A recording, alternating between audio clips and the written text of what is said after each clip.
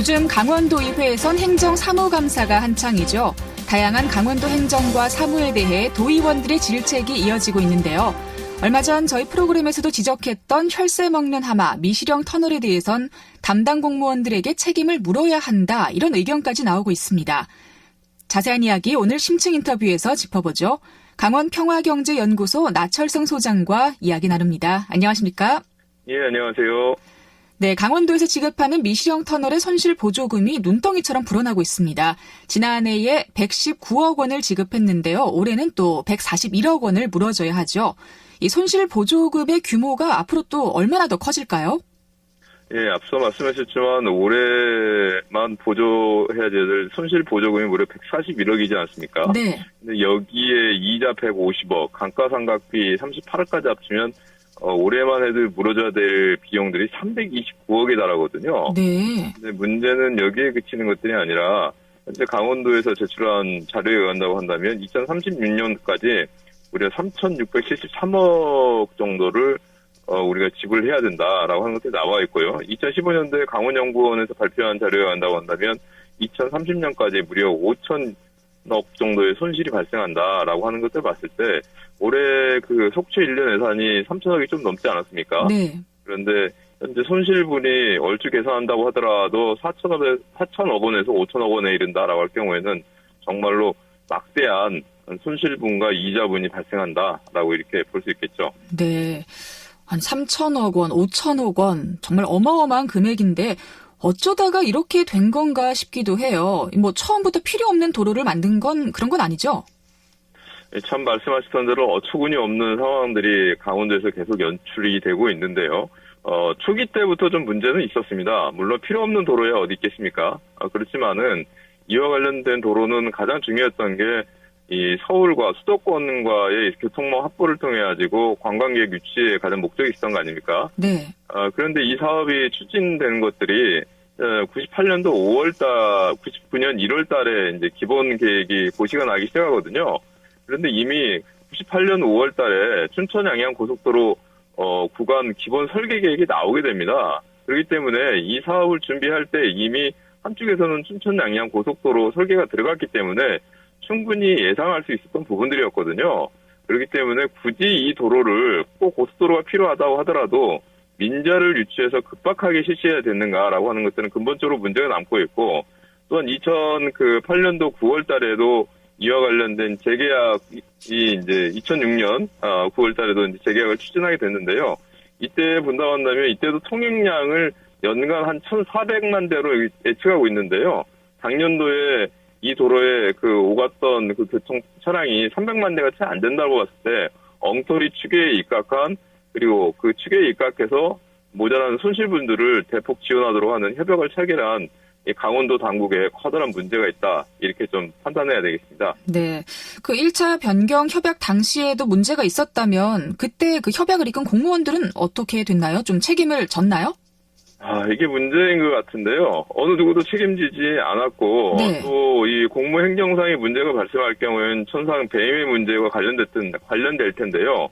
배임이라고 하는 것들은 명백하게 고의 과실들이 입증이 돼야 되는 거 아닙니까? 네. 그렇다고 한다면 행정당국에서 이와 관련돼서 고소를 하거나 아니면 제3의 기구에서 고발을 취해야 됐었는데, 이와 관련된 법적인 행정적인 조치도 아무런 취하지 않았고, 이와 관련된 공무원들이 징계를 받았다거나 이와 관련된 어떠한 조치를 취했다는 거, 어떠한 것들도 현재 확인된 바가 없습니다. 네. 강원도에서는 내년 2월 이후에 진행될 사업 재고조와 협상에 기대를 하고 있는데요. 거기에서 운영수익 보전 비율을 낮출 수 있을까 싶어요. 어떤가요? 쉽지가 않을 것 같습니다. 말씀하셨던 대로 내년 2월 달에 이 국민연금공단과 이 사업 구조와 관련된 용역보고서가 나오거든요. 그렇기 때문에 현재 같은 경우에는 이 손실분에 대해서 이 명목상 부분들을 79%가 되지 않을 경우에는 무조건 지불하도록 되어 있지 않습니까? 이와 관련된 것들을 재구조할 것들을 요구를 하고 있는데요. 요구들은 커다랗게 보면 두 가지 정도 될 것 같습니다. 현재 고속도로를 국도로 전환하는 부분들을 국토부에 요구하고 있고, 네. 또 국민연금관리공단에 현재 가지고 있는 지분을 강원도 일정 부분을 넘겨라 라고 하는 요구를 하고 있는데요. 이걸 이제 공익처분이라고 얘기는 하는데, 국민연금관리공단 같은 경우에는 이 정말로 노른자에 알짜에 황금알을 낳는 거위를 그냥 내주지는 않을 거 아닙니까? 네. 그렇기 때문에 어느 것 방안 하나 자체도 현재 좀 쉽지 않다, 이러한 결론인 것이고, 또 얼마 전에 그 김성주 그 국민연금관리공단 이사장과 최문순 지사가 만나지 않았습니까? 이때도 말의 성취는 있었지만은 실질적 내용들이 1년 가까이 아무런 실행되지 않다 보다 보니까 이게 정말로 진척이 있을까라고 하는 부분들에 있어서는 회의적 전망도 상당합니다. 그렇군요. 아니 뭐 그렇다고 해서 이 미시령 터널을 없앨 수도 없는 거고요. 뭐 손실 보조금만 계속해서 물어줘야 하는 걸까요? 지금 상황에서는 법적으로 할 수 있는 게 강원도가 아무것도 없다라고 하는 게 가장 커다란 문제가 될 것 같습니다. 네.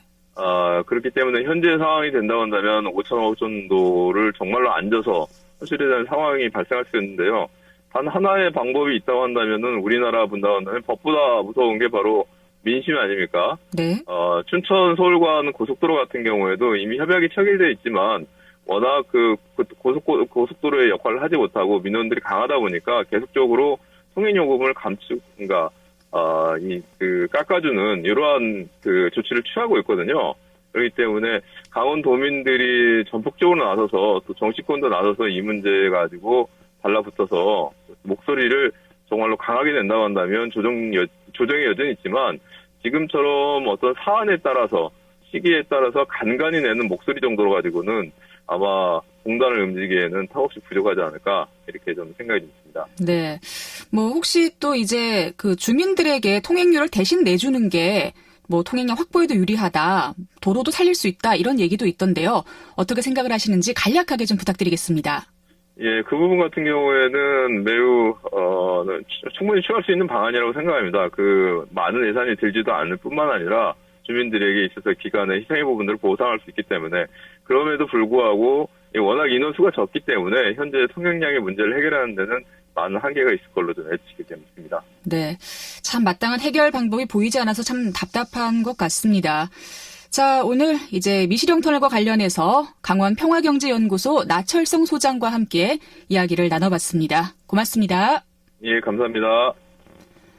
네, 강원도의 재정이 가뜩이나 풍족하지 못한데 미시령 터널 손실 보전금으로 참 더 어려워지고 있습니다. 이대로는 안 된다는 목소리가 계속 높아지고 있는데요. 강원도에 어떤 좀 뾰족한 방안이 생기기를 기대하겠습니다.